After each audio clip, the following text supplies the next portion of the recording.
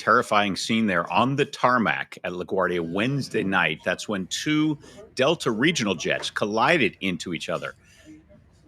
We have a simulation that shows how both those planes approached one another, but you're looking at the aftermath of video. There's the simulation. One plane's wing slammed into the cockpit window of the other plane. One flight attendant was hurt her knee in the collision. Of course, the NTSB, as you would expect, is now investigating. And as we mentioned earlier, this happened obviously at night in the dark on the tarmac there. Some questions about, whether that played any role that, they couldn't see each other on the ground. They did All get right, well, guidance, though, from air traffic controllers, about which way to go and when. I hope so. I Yeah. mean, That here seems hard to again, believe, right? That could they happen. need to be able to fly in the dark planes. So with us Yes. this morning, we're going to pose this question to former airline pilot and aviation expert Daniel Bubb. So Daniel, explain to us, please, how something like this can happen on a taxiway. Speeds are Mhm. so low, Mhm. visibility is, you'd think, good, and pilots, I believe, are in constant contact with the tower. So how does it happen? Yes, good morning. Thank you for having me. So there are really two things happening here. One is that we do get instructions from air traffic control, but ultimately it is up to us to maintain clearance and avoidance. And if for whatever reason there is some sort of confusion, you can always ask the tower for clarifications for instructions. Can you repeat what we're supposed to do?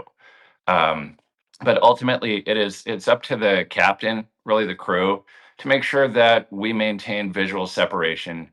And we clearly know what we were supposed to do. So I think we'll find out with the FAA and NTSB report as to exactly what happened here. It'll be interesting to hear the transcript from the tower and the pilots, and I think that'll give us a clear idea of what happened here.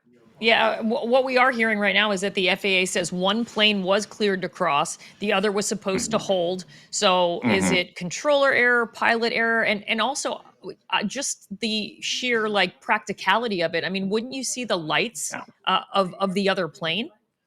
Oh, absolutely, for sure. You'll see the lights, but again, I think what would have been prudent is ask for clarification. What the pilots might have missed an instruction, or they might have thought they heard something and they were supposed to do something differently. So you can always ask for clarification from the tower. There are guidelines about separation, right? How much room do crews Yes. really need to have on the ground to avoid collisions like this? You need quite a bit because even though these are regional jets, they're smaller compared to other planes, they're still large enough to where you have quite a lot of wing distance. And so that's why it's really, really important on the ground, in the air, to be alert. That's why we call it the sterile cockpit, basically from the ground up to 10,000 feet, because there is so much happening. You absolutely have to be alert all the time, and you can't be discussing anything else other than what is relevant to this particular flight. So that's why we call it the sterile cockpit rule. But yes, you really need to be alert basically all the time. And Daniel, just very quickly, do you think that the government shutdown will Yes. affect safety? I I don't because I know they are in the process of training more air traffic controllers. They are trying to speed up that process a little bit so that we have more controllers to fill these areas where they are needed. But at the same time, it's a shared responsibility between air traffic controllers and pilots. So both need to be alert as to what's going on. But I don't think it's going to have an adverse effect because controllers are very good at what they do, pilots are very good at what they do, but nonetheless, there's kind of a shared responsibility here. All right. Well, Okay. Daniel Bubb, thanks so much for getting up with us this morning and giving us some insight into that. We appreciate it.